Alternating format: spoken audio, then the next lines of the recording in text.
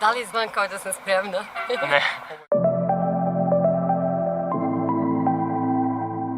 Ja sam Kosta, a predamnom je 375 metara zip-line avantura na Starom gradu u Užicu.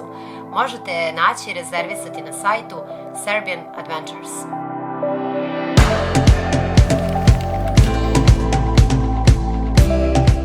Ovu adrenalinsku atrakciju čekala sam sa detinjim uzbuđenjem.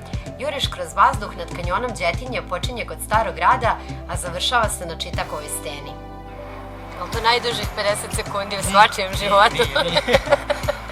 Dok slušam smernice eksperta, sve deluje lako, mada adrenalin skače. Mama, volim te.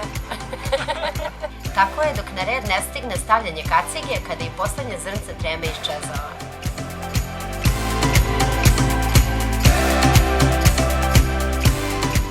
Momci, jeste spremni vi tamo za mene na drugoj strani?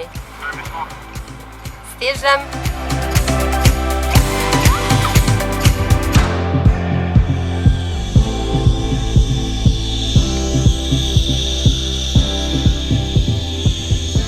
Za ninja ratnice kakva sam ja, spust po žici ima i neočekivane obrte.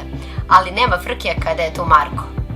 Kad nemate dovoljno kilograma, na ovakav način stižete na drugu stranu.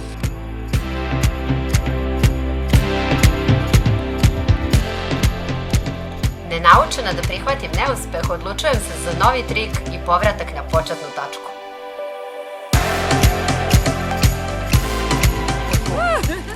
Ako ste gabarite kao ja, morate ili da poradite na aerodinamici ili da imate spasioca kao što je Marko.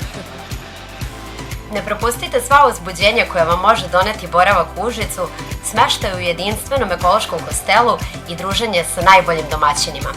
Serbian Adventures, iskustva koja se cene.